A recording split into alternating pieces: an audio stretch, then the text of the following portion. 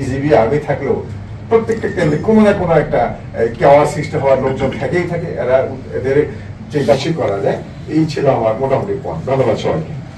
আমি 2 minute 53 second আগে এবং পরে আমরা নারীরা এবং শিশুরা যেন সুরক্ষিত থাকি। এখানে হলে কিন্তু সবাই আছে করি টাকার ব্যবহার মুক্ত প্রচারণা, সহিংসতা এড়ানো, সততা বজায় রাখা, যোগ্য প্রার্থীকেই ভোট প্রদান করা, কোনো ভোটারকে জোর করা যাবে না, অর্থের মাধ্যমে ভোট কেনাবেচা করা যাবে না, জাল ভোট বর্জন করতে হবে। পর্যবেক্ষক টিম থাকে, তাহলে আমাদের ভিতরে একটা কাজ করে যে না আমাদের বাইরে চোখগুলো আমাদেরকে দেখছে। এই কারণে তখন আমাদের ইসিরাও আর একটু অ্যাক্টিভ হবে তারা। ফলে এটা খুব ইম্পর্টেন্ট একটা মনে হচ্ছে আন্তর্জাতিক পর্যবেক্ষক মহলকে এখানে আমন্ত্রণ জানানো। আর একটা হচ্ছে ভোটার শিক্ষা বিষয়টা আসলে সম্ভবত ভোটারদের একটা শিক্ষা দেওয়া দরকার। কারণ এখন আমরা পরবর্তী যদিও শুনলাম কি একটা পিআর এর একটা পদ্ধতি বলে আসার কথা ছিল, এটা বোধহয় আসছে না। এখন যেটি আমাদের যে সনাতন পদ্ধতি এটাই হতে হবে, বাট এটাতেও অনেকেই হয়তো প্রথমবার মতো ইলেকশন দিবে, তাদেরও যদি আরেকটা আমরা যে অবশ্যই নির্বাচনী যে প্রক্রিয়াগুলো হবে এখানে যেন কোনোভাবে আর আপনার অসততা না থাকে, আপনার সততা থাকা, অঘটন ঘটলে দ্রুত কার্যকর পদক্ষেপ গ্রহণ করা, নির্বাচনী সময়ে মোবাইল পোর্টালের মাধ্যমে নির্বাচনের আগে ও পরে সহিংসতা প্রতিরোধে কার্যকর ব্যবস্থা গ্রহণ, ফলাফল যেন কারচুপি মুক্ত হয় তা নিশ্চিত করা, ভোটযোগ্য নির্বাচন আয়োজন করা, ব্যালট বক্স পদ্ধতিতে নির্বাচন নিশ্চিত করা, প্রতিটি কেন্দ্রে যথাসহ নির্বাচন কর্মকর্তাদের নিরপেক্ষতা নিশ্চিত করা, প্রতিটি কেন্দ্র সিসিটিভি পর্যবেক্ষণ আনা করা, কোন প্রার্থীর পক্ষে পক্ষপাত দুষ্টু প্রচার না করা, নির্বাচনকালীন সহিংসতা বা অনিয়ম প্রশ্ন জাগে ফলাফল একদম পাওয়া মাত্র যারা প্রিজাইডিং অফিসার যারা যে দায়িত্বে থাকবে তারা জন্য খুব দ্রুত ফলাফলটা পাবলিশ করতে পারে। করোনা কিন্তু দেশ বলবে। আমার যে বয়সে আমার ছোট বয়স অনেক কম, সে যেভাবে চিন্তা করছে শারীরিক মানুষ, আমি কিন্তু নাহলে পরে খুবই বিরক্তিকর হয় আমাদের কাছে। এই আধুনিক সমাজে এসেও যুগে এসেও যদি মাইকিং করে করে যে রাজনৈতিক প্রার্থীদের যারা আছে তাদের বড় প্রত্যাশা করেছি নারীদের কাছ থেকে, তাকে সাধুবাদ জানাই। এবং আর অন্যান্য যারা আমার আগে বক্তারা যা বলেছেন সেটা যদি বাস্তবায়ন হয় তাহলে আমাদের আর কিছু বলার থাকে না। এইটাই আমাদের কথা যদি বলতে না পারি তাহলে ফ্যাসিজম তৈরি হয়। তো আমি ওদিকে যাব না, আমি শুধু নির্বাচন নিয়ে কয়েকটি বিষয় আমার একটু আকাঙ্ক্ষা আছে। তার ভিতরে একটি অলরেডি আমাদের রিজন ক্ষমতা বলে ফেলছে। আরেকটা হচ্ছে সকল ব্যানার পোস্টার আমাদের মানে একদম পরিবেশটাকে একদম নষ্ট করে দেয়। অযথা ব্যানার পোস্টারের ভিড়ে আমরা কোন মানে বুঝতেই পারি না আসলে কি এটা পরিবেশ যেমন নষ্ট করে, দৃষ্টিকটু এবং সব দিক দিয়ে একটা বিরক্তিকর তাফসীর ঘোষণা করা হবে। সেই হিসেবে আমরা ধরতে পারি যে নির্বাচন খুব কাছে চলে আসছে।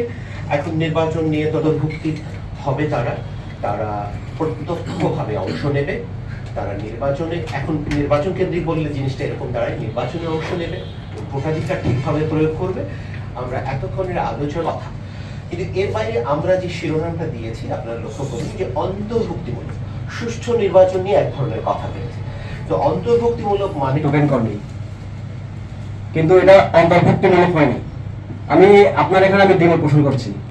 অন্তর্ভুক্তিমূলক হচ্ছে এমন যেখানে সবাই মানে সবার ধর্মবর্ণ জাতি ধর্মবর্ণ নির্বিশেষে সকলে সমান সুযোগ পাবে এবং তৃতীয় লিঙ্গ থার্ড জেন্ডার থেকে শুরু করে প্রতিবন্ধী থেকে এলিট শ্রেণী পর্যন্ত সবাই সেখানে অংশগ্রহণের সমান সুযোগ এবং সম্মান পাবে।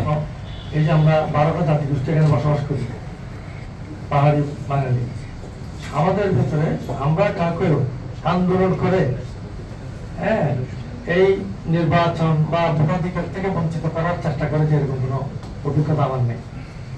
সুতরাং এই বিষয়টা আমার মনে হচ্ছে যে আসলে বেশি গুরুত্বপূর্ণ বিষয় নয়। আমরা বাইরে হিসাবে আছি, আমরা মিলেমিশে আছি এবং সামনে আমরা মিলেমিশে থাকবো।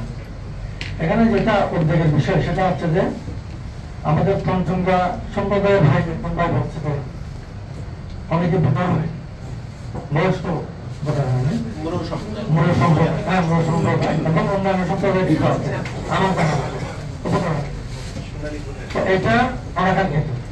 এটা মৌলিক অধিকার, আমার মৌলিক অধিকার, একজন নাগরিকের মৌলিক অধিকার।